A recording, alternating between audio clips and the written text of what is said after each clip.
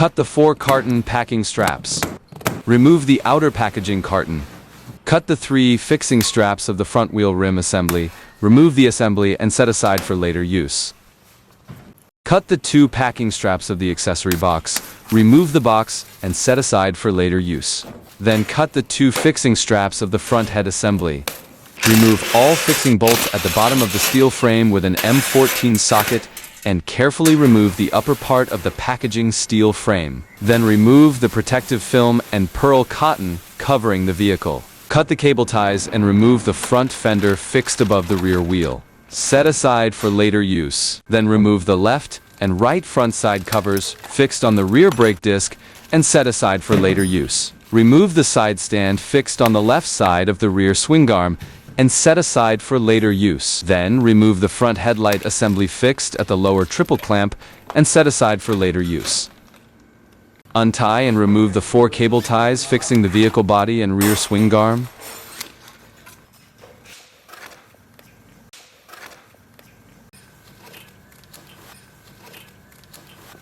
Fix the front wheel axle with an M17 ring spanner. Loosen and unscrew the front wheel nut with an M19 ring spanner.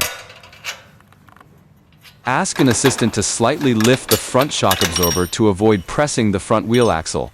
Then pull out the front wheel axle. Set aside for later use. Ask an assistant to help lift the motorcycle onto the workshop stand for subsequent installation. Cut the cable ties fixing the EP foam on the gear shift lever, foot pegs and rear swing arm and remove the EP foam. Similarly, cut the cable ties fixing the EP foam on the right brake lever, rear swing arm and rear shock absorber and remove the EP foam.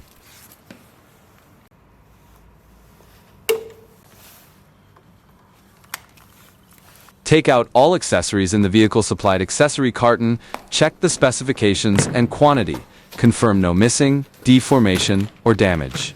Then, sort and place them in a clean and flat area, according to the installation sequence. Store fasteners such as bolts and nuts separately, and make full preparation for the subsequent whole process installation.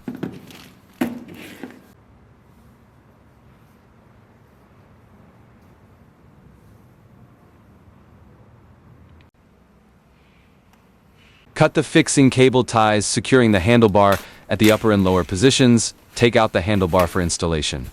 Install the lower clamp first. Align the mounting holes of the lower clamp with those of the lower triple clamp. Insert and screw in the bolts from below the triple clamp, then tighten them with an M6 hex key.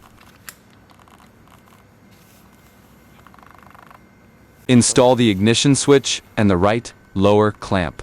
Pass the mounting bolts through the ignition switch bracket and the triple clamp, then screw them into the lower clamp.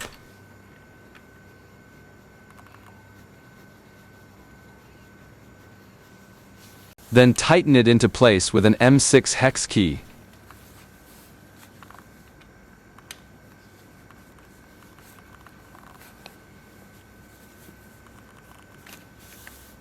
Install the handlebar and upper clamp. Remove the protective film from the handlebar and place it into the groove of the lower clamp. To avoid scratching the handlebar, the removal is not demonstrated here. Align the upper clamp with the lower clamp, screw in the bolts, adjust the handlebar angle, then tighten securely with an M6 hex key.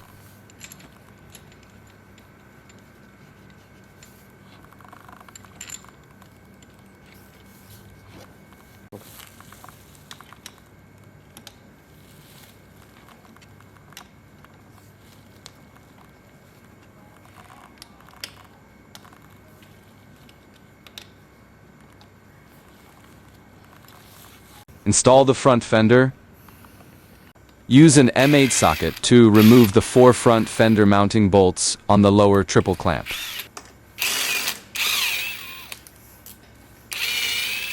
Remove 1 flat washer from each bolt with 2 washers and install them on the other 2 bolts. Use an M8 socket to lightly screw in the bolts at their original positions. Do not tighten.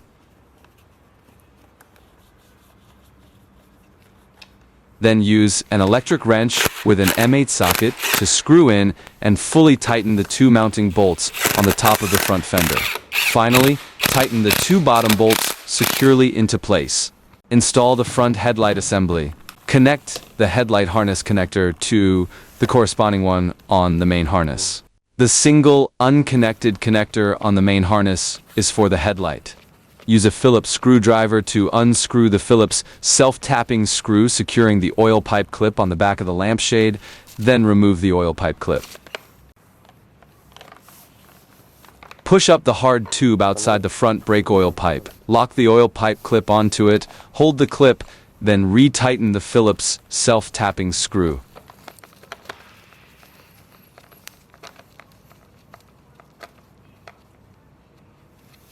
Pull out the dust boot on the main harness and wrap it around the wiring connector.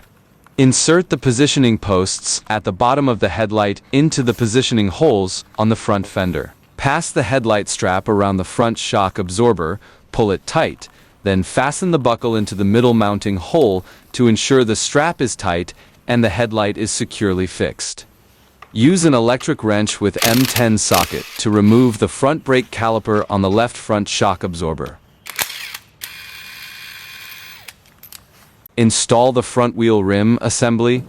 Remove the front axle nut and take off the front wheel spacer.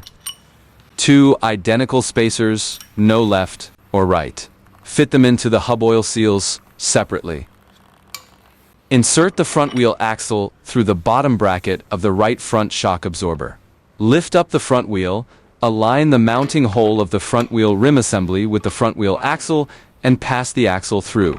Finally, insert the front wheel axle through the bottom bracket of the left front shock absorber, fit a flat washer, and tighten the nut. Hold the front wheel axle with an M17 ring wrench, then turn the front axle nut clockwise with an M19 ring wrench to tighten it securely. Route the front brake caliper around the inner side of the shock absorber and remove the retaining plate inside the brake caliper. As the gap between the brake pads is too small, use a slotted screwdriver to pry open the gap. Then fit the brake pads onto the brake disc. Align the mounting holes of the front brake bracket with the two mounting holes on the shock absorber bottom bracket. Install the previously removed bolts and flat washers and tighten them securely with an M10 socket. Use an M4 hex key and an M10 open-end wrench to loosen the bolt of the front brake hose clip on the left front shock absorber. Fit the front brake hose into the hose clamp, pull down the hard tube, and clip the rubber sleeve on the hard tube into the hose clamp.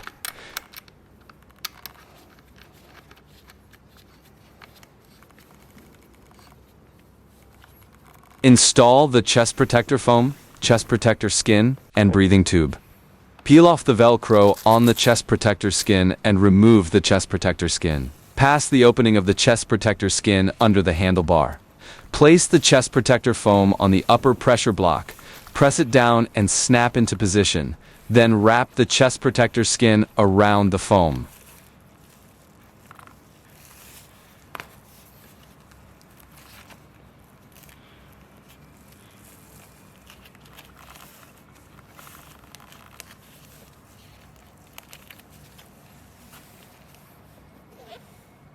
Next, insert the chest tube into the breathing hole on the fuel tank cap and secure the other end with a cable tie on the right side of the frame. Be careful not to tighten the cable tie too much, otherwise the breathing tube will not be able to ventilate. Open the wire clip on the left side of the frame, place the wire harness into the wire clip, then press the bracket firmly into place. Use an M10 socket to remove the seat mounting bolt under the rear fender, and remove the seat. Install the front left side panel and front right side panel. Insert the limit plate of the right side panel into the mounting hole of the rear side panel. Secure the right side panel at the two rear mounting holes using an M5 hex key and M610 umbrella head bolts. And secure the front mounting holes using an M5 hex key and an M610 pan head bolts. Insert the rear slot of the left side panel onto the limit plate of the rear side panel. Same as the right side panel, use an M5 hex key to screw the corresponding bolts into the mounting holes and secure the side panel.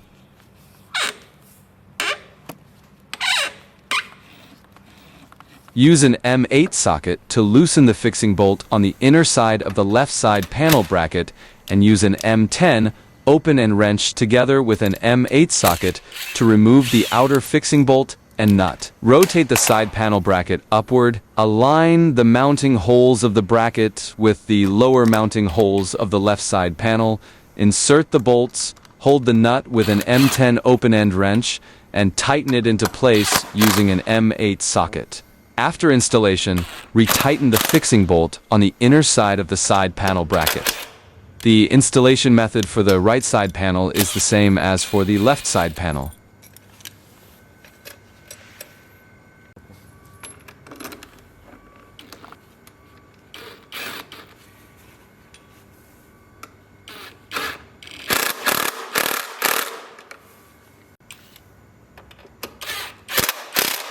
Install the power supply and energize the motorcycle. Tear open the package and take out the wiring bolts and nuts inside. Carefully insert the square nut into the terminal block to prevent it from falling off. Use a Phillips screwdriver to secure the power cables of corresponding colors to the terminal block with bolts, then fit the rubber sleeve on the power cable over the terminal block.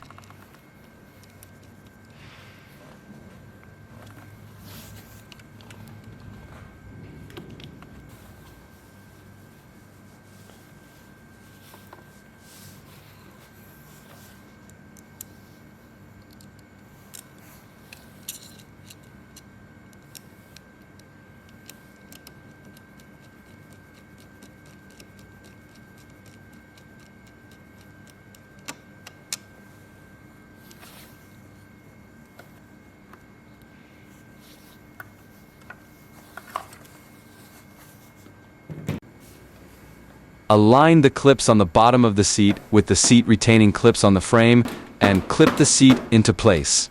Then return the seat from the bottom of the rear fender using an M8 socket.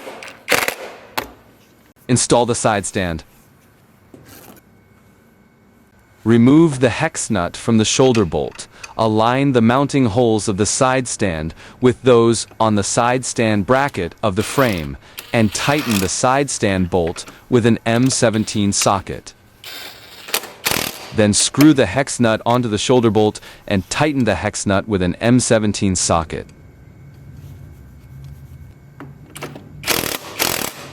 Attach the spring hanger plate to the locating pin on the side stand bracket.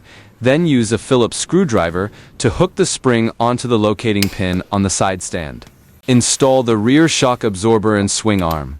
Lift the rear wheel. Align the lower mounting hole of the rear shock absorber with the mounting hole of the triangular swing arm.